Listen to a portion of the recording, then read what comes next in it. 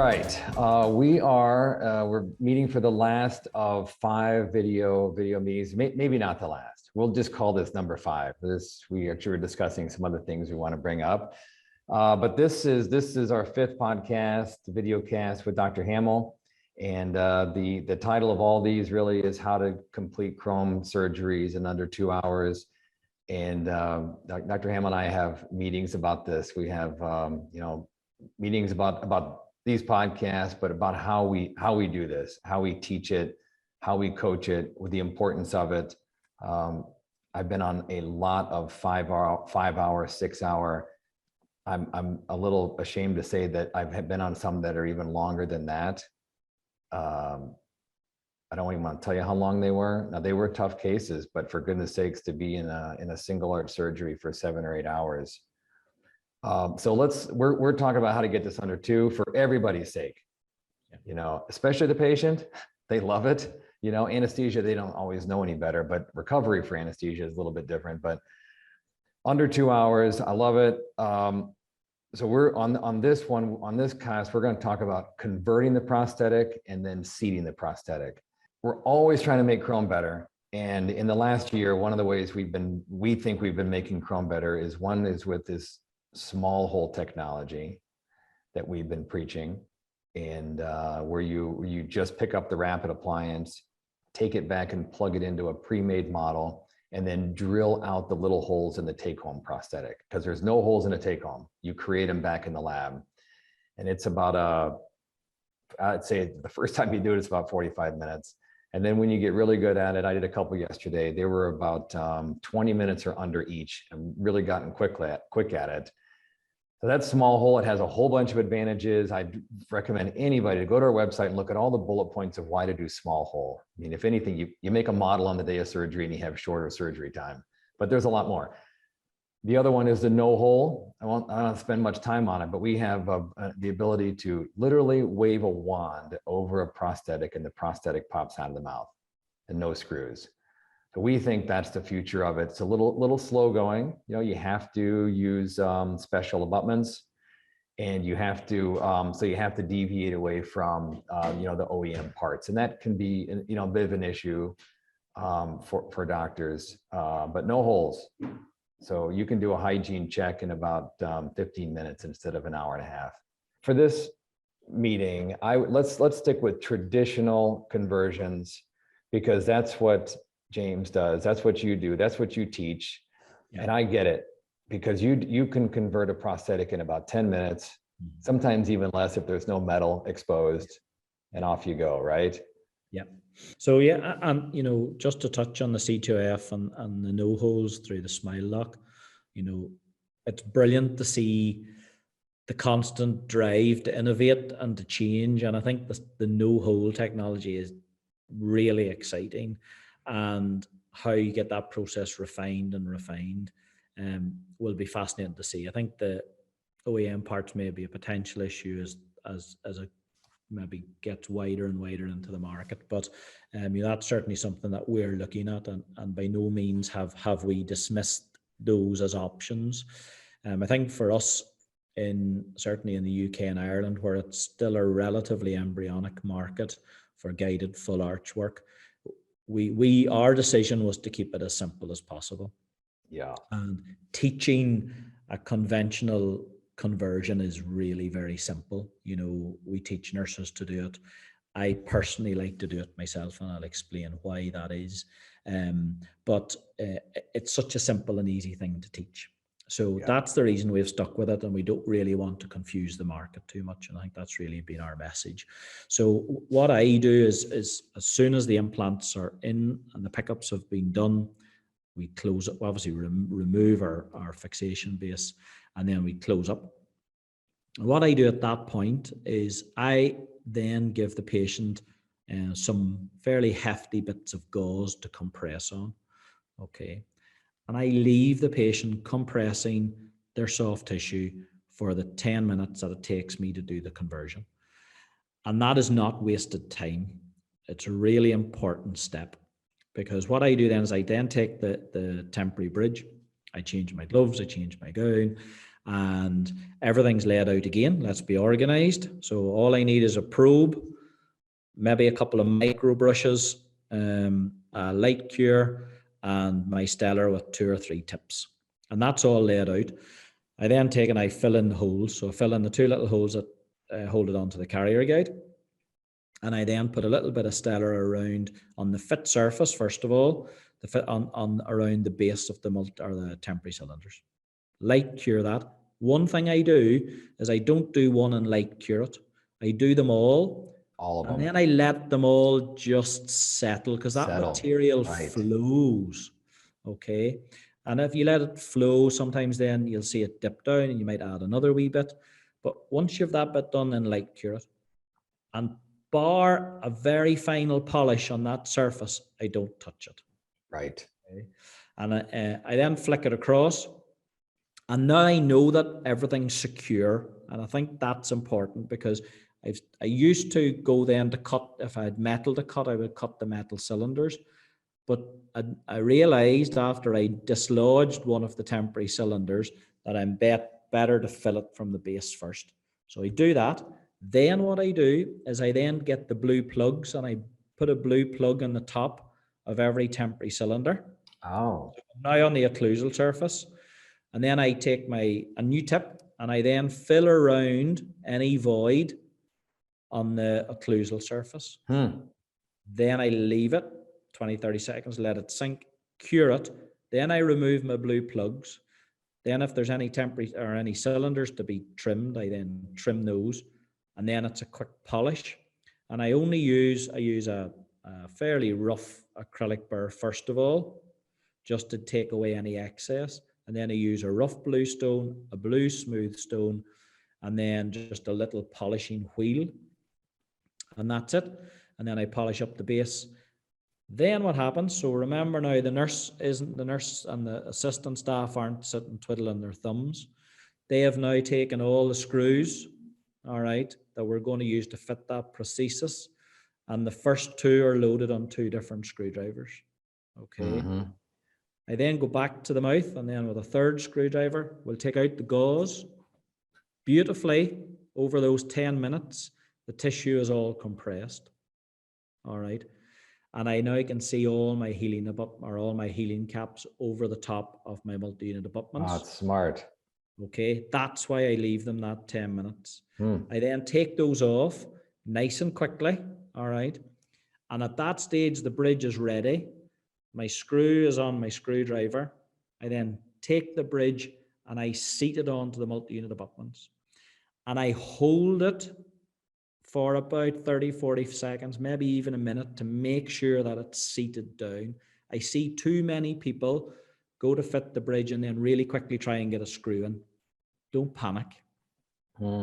Tissue will move out of the way. So, but by having the compression, I don't have any big tissue issue, too much tissue going over the top of the multi-units.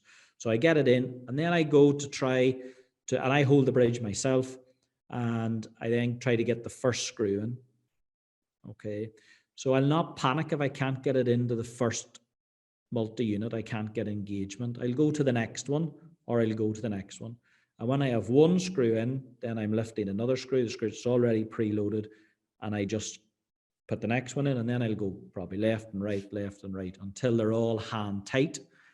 Then I just tighten them to 10 newtons, and then I fill the screw hole with silicone, light-bodied silicone material. Do any occlusal adjustment, and we're done. Okay. So that's the process, and that process doesn't change from patient to patient. But the compression of the soft tissue, I think, is, if you're doing this protocol of doing your own doing your own chair side finishing of the bridge, it's a really nice bit. So the patient can get cleaned up. You can take the gown off them during that process, so they start to feel a bit more human. I sit them upright, which is important. I forgot to say that. I'll get them upright, lets the jaw start to relax a bit, so that when we come to look at the occlusion after the bridge is fitted, they're not all retruded into that position, especially if they've been laying down for a couple of hours. So sit them up for some equilibration. Yeah, just get them relaxed, clean up their face, make them feel a little bit better. I gotcha. So Okay. So that's that technique. When I was chairside with you, you seated that prosthetic in 5 minutes, maybe less. Yeah. It was really quick. Yeah. So working backwards from that protocol, if you can't get one screw in, then have you left the other screws a little bit loose, or you don't? Yeah. So the first screw that I'll get in, I'm only looking to get it just engaged into the mold. You know, I'm not tightening that fully down. That's a mistake. Right. Yeah, that's a mistake. I see it really often. Yeah. They tighten that first one down, and the next one, or at least the last one, is not going to go. But as soon as they loosen up the other 4 or 5, that last one goes right. So leave them all a little bit loose. Yeah, absolutely. Yeah. And just steadily, once you've got them all engaged, just steadily go back and forward and tighten them until everything's just sitting nice. Right. Okay. And then, excuse me, working backwards,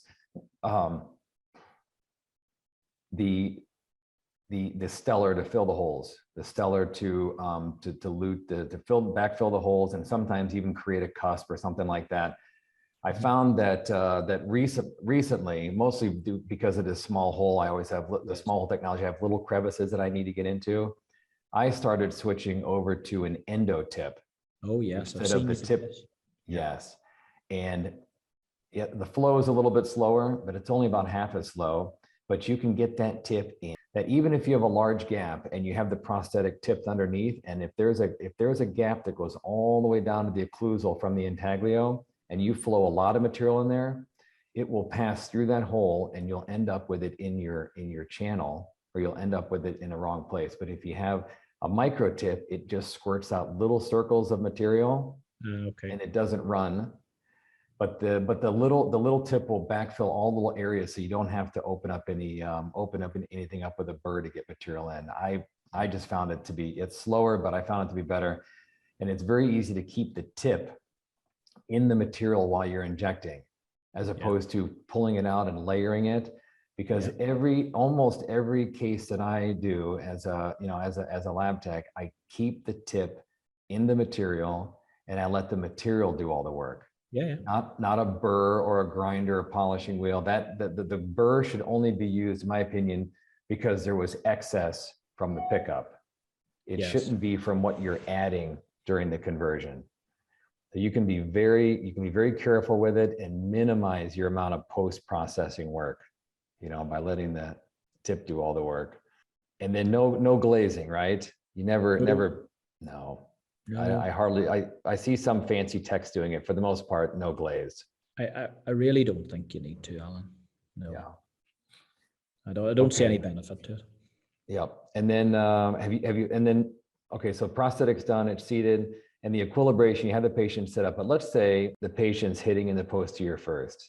Yeah. Do you ever just equilibrate a little bit, dismiss the patient, and just perhaps it's muscle, condyle, fatigue? Yeah, it would depend. My temporaries, I don't like any distal extension at all. So I usually make my temporaries one premolar and a molar. Although my final bridge and my rapid appliance probably will have an extra tooth on it. So I don't like to see them hit hard on the back, leave an anterior space.